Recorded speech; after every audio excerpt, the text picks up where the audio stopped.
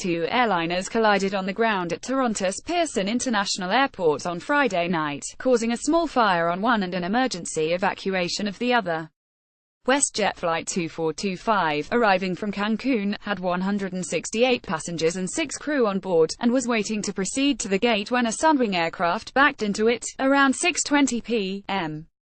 ET. The Sunwing aircraft was not carrying any passengers or crew, according to Beverly McDonald, a representative for the Greater Toronto Airport Authority. It was being towed by the airline's ground crew. McDonald said an investigation is underway. While there were no injuries on the WestJet flight, one member of the Toronto Pearson Fire and Emergency Service was injured and has been taken to hospital. Fire and emergency services responded and the WestJet passengers exited via 2 emergency slides. The airport says operations have largely not been affected by the accident, but continue to be challenged by the extreme cold weather conditions. The temperature in Toronto is expected to dip below 20 C overnight. It was chaos when the planes struck. Amusement turned to panic on board WestJet's Boeing 737-800, according to passenger Gustavo Lobo. Out of nowhere, there was an audible crunch and the plane rocked slightly, Lobo told CBC News. We looked out the window and saw that the plane had backed up into us.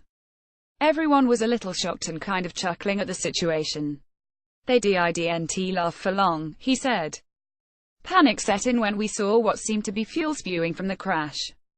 After a couple of seconds the entire thing ignited and it was chaos inside the plane. People screaming and panicking all while the flight attendants shouted to try and control the situation. Lobo took a video of the fire, and said eventually everybody slid down the emergency slides to safety, though the process was slowed by passengers who insisted on taking their carry-on luggage with them. Fire and Smoke Ali Alaband, also on the flight with his wife and 12-year-old son, said a big ball of fire lit up the right side windows just seconds after the plane rattled with the force of the collision. Everybody was saying the F-word and screaming, Alaband said, adding that he mostly stayed calm until black smoke seeped into cabin. The flight attendants kept saying remain seated, he recalled. Fearing they'd soon be gasping for air and stuck on the plane, he told his son to stay calm and wear an oxygen mask if they fell from the cabin's ceiling. There was fire and there was fuel in that wing, he said.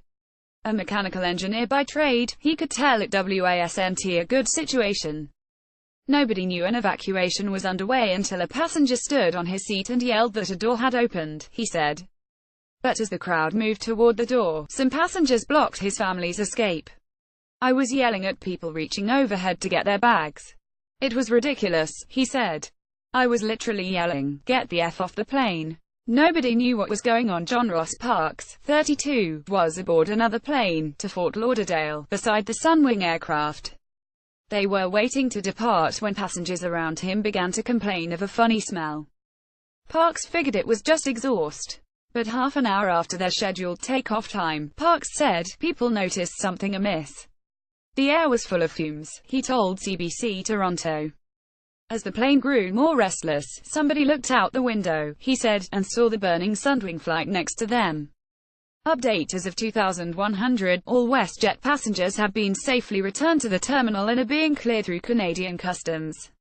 More info available here. https://t.com/9cbjmg7uf https://t.co5hnmrb9tif at Toronto. Pearson Parks, who was en route to catch a Caribbean cruise with his mother and grandmother, said his flight was cancelled in the pandemonium. I've never seen so many emergency trucks, he said. Nobody knew what was going on.